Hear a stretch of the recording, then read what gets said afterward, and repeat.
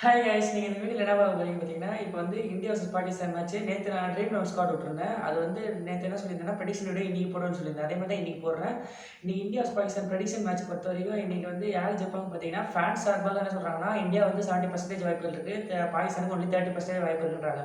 ஆனால் என்னோட இது பார்த்தீங்கன்னா 50% இந்தியாவுக்கு 50% பாகிஸ்தான் அப்படி தான் சொல்லுவேன். ஏன்னா வந்து அவங்க இந்தியா கிட்ட வந்து விளையாடுற மாதிரி வேற எந்த டீம் கூட விளையாட மாட்டாங்க. பாகிஸ்தான் பார்த்தீங்கன்னா, நீ வந்து யூஎஸ்ஏ கிட்ட அசால்ட்டாக தோத்துச்சுன்னு சொல்லுவீங்க. இதே இந்தியா கிட்ட வரும்போது வேற மாதிரி ஆயிடுவாங்க. அவங்க ஃபார்ம் அவுட்டாக இருந்தால் கூட வந்து செம்ம டஃப் கொடுப்பாங்க. என்ன ஆளுனா கூட அப்படியே பவுலிங் அப்படி ப்ரூட்டலாக இருக்கும், பேட்டிங் ப்ரூட்டலாக இருக்கும், ஃபீல்டிங்லாம் அப்படியே என்னையுமே பிடிக்காத மாதிரி ஷஹாத் கான்லாம் திடீர்னு பாஞ்சு பாஞ்சு பிடிப்பாரு. அதே மாதிரி செம்ம டஃப்பாக போகிறதுக்கு வாய்ப்பு இருக்குது. அதே மாதிரி வந்து இந்தியா பாகிஸ்தான் சொல்லும்போது உங்களுக்கே தெரியும் எவ்வளோ பெரிய ரைவல்ரி அதுன்ட்டு. அதனால செம்ம டஃப் கொடுப்பாங்க. இப்போ பாகிஸ்தான் வந்து யுஎஸ்ஏ கிட்ட தோற்று சொல்லுவாங்க. அதே மாதிரிலாம் வந்து இந்தியா கிட்ட ஆடுறதுக்கு வாய்ப்பே இல்லை. என்ன ஃபார்ம் அவுட்டாக இருந்தாலும் செம்ம ப்ரூட்டலாக நாக் ஆடுவாங்க. அதெல்லாம் நல்லா டஃப் கொடுப்பாங்க இந்தியாவுக்கு ஏற்ற மாதிரி.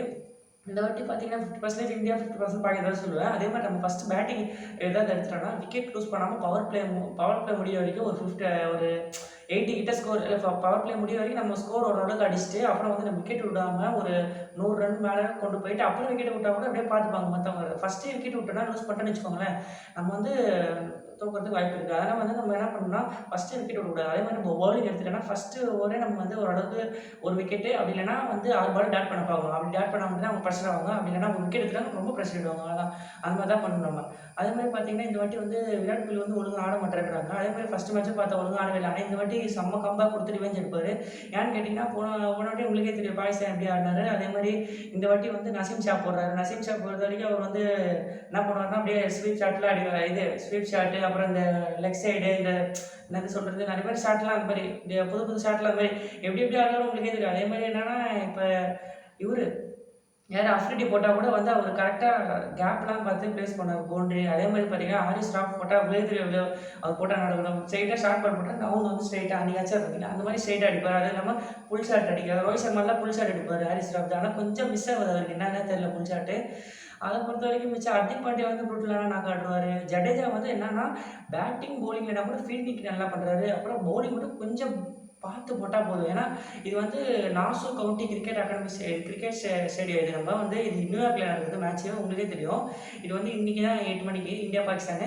இது ஏன் அப்படி சொல்கிறேன்னா, இது வந்து ஜடேஜா ஒழுங்காக போடணும்னு சொல்கிறாங்க. ஜடேஜா வந்து போடுறாரு, ஒழுங்காக தான் போடுறாரு. ஆனால் அவர் கரெக்டான இதில் ட்ராக்ல அது வந்து ஒரு பால் இப்படி ஸ்பின் பண்ணுறாருன்னா அடுத்த பால் ஆஃப் சைட் போடுறாரு, இன்னொரு பால் ஒயிட் போட்டு அப்படி உள்ள எடுக்கணும், ஒயிட் போட்டுறாரு. ரன் பால் பண்ணக்கூடாது.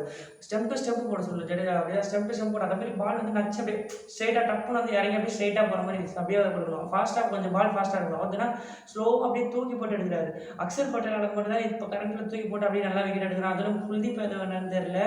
அதே மாதிரி இப்போ பார்த்தீங்கன்னா பும்ரா வந்து இன்றைக்கி நல்லா ஸ்டார்டிங்லேயே வந்து கம்பேக் நல்லா இது பிரேக் த்ரூ கொடுப்பாரு. அதுவும் இல்லாமல் வந்து இந்த வாட்டி என்ன பார்த்தீங்கன்னா இவர் யார் மெயினான ஓப்பனிங்க்கு வந்து கொஞ்சம் மிஸ் ஆகுறாருன்னா எஸ்எஸ்வி ஜெய்சன். அவர் மட்டும் தான் மிஸ் ஆகுது. அவர் மட்டும் இருந்த ஓப்பனிங்க்கு மட்டும் இருந்திருந்தாருன்னா ரோஹித் சர்மா, விராட் கோலி, அப்படி இல்லைன்னா ரோஹித் சர்மா இந்த சஞ்சு ஜாம்சன் ஃபஸ்ட் மேட்ச் ஆடினால அந்த இடத்துலலாம் கொஞ்சம் அடி வாங்கினாலும் ஓப்பனிங்லாம் அப்படி அடி வாங்க நம்ம போயிட்டுருப்போம். இதே எஸ்எஸ் ஜெய்சல் இருந்திருந்தா இந்த வாட்டி எஸ்எஸ் ஜெய்சல் ஆடுறாரா என்ன தெரியல. ஆனால் கொஞ்சம் இதாக இருக்குது, ஓப்பனிங்கில் மட்டும் அடிபடுறாங்க. அதேமாதிரி பாகிஸ்தானை பொறுத்த வரைக்கும் பாபர் அசாம், ரிஸ்வானு, அப்புறம் வேறு யார் இஃப்டிகர், இவங்க 3 விக்கெட் நம்ம எடுத்துட்டோம்னா மிச்சம்லாம் வந்து கொஞ்சம் ஆடுவாங்க. ஆனால் வந்து நம்ம பார்த்து போட்டோம்னா வந்து மேட்ச் வின் பண்ணுறதுக்கு வாய்ப்பு இருக்குது. நல்லா இது மேட்ச் நல்லா இந்தியா கிட்ட கொண்டு வரதுக்கு வாய்ப்பு இருக்குது. இதே நம்ம வந்து அழகாக ஃபஸ்ட்டு 3 பேருக்கு அழகாக போட்டு, இதே நம்ம வந்து ஸ்பின்னர்லாம் போடும்போது இவங்களை அடிக்க விடுற மாதிரி போட்டோன்னு வச்சுக்கோங்களேன், அப்புறம் பேசலாம் வரும்போது இவங்க கண்டிப்பாக அடிச்சிருவாங்க. அதனால் என்னை பொறுத்த வரைக்கும் இன்றைக்கி ப்ரெடிக்ஷனில் பார்த்தீங்கன்னா இந்தியா பாகிஸ்தான் பொறுத்த வரைக்கும் இந்தியா 50%, பாகிஸ்தான் 50%. ஏன்னா நான் ஓவராக நம்பி வைக்க மாட்டேன். ஐபிஎல் பார்த்தீங்களா, நான் வந்து எஸ்ஆர்ஹெச் வந்து நம்பிட்டேன் ஃபுல்லாக. அதனால தான் வந்து எஸ்ஆர்ஹெச் போயிடுச்சு. அதனால் இனிமேல் எந்த டீமும் ஓவராக நம்ப போகிறதில்ல. 50%, 50% அவ்வளோதான். ஏன்னா இப்போ வந்து இந்தியா வந்து இப்போ பாருங்க அயர்லாந்து போட்டுச்சு, அப்புறம் என்ன யூஎஸ்ஏ வந்து பாகிஸ்தான் போட்டுச்சு. ஆனால் அதனால் ஈஸியாக தான் இருக்கும்னு நினச்சிட்டு இருக்காரு. இந்தியா பாகிஸ்தான் பேட் லெவலில் இருக்குது. அந்த மேட்ச்சே வந்து எவ்வளோ ஃபார்ம் அவுட் பிளேயர்ஸ் இருந்தால் கூட அந்த மேட்ச் வந்து எப்படியா உயிரை கொடுத்தாலும் ஆடிடுவாங்க. அதனால் கிரேட் ரிவெல்ரி மேட்ச் யாருமே மிஸ் பண்ணாதீங்க. இன்றைக்கி மேட்ச் என்னோட ப்ரெடிக்ஷன் பொறுத்த வரைக்கும் இன்றைக்கி வந்து 50% சொல்லுவேன். வேறு நான் வந்து இந்த வீடியோ நிறைய சொல்லியிருக்கேன். அப்புறம் உங்களுக்கு என்ன வேணும்னு சொல்லிட்டு கமெண்ட் செக்ஷன் சொல்லுங்கள். அடுத்த வீடியோ நம்ம பார்க்கலாம். இதோட நம்ம cricket friendly. Okay, thank for வாட்சிங். Bye guys.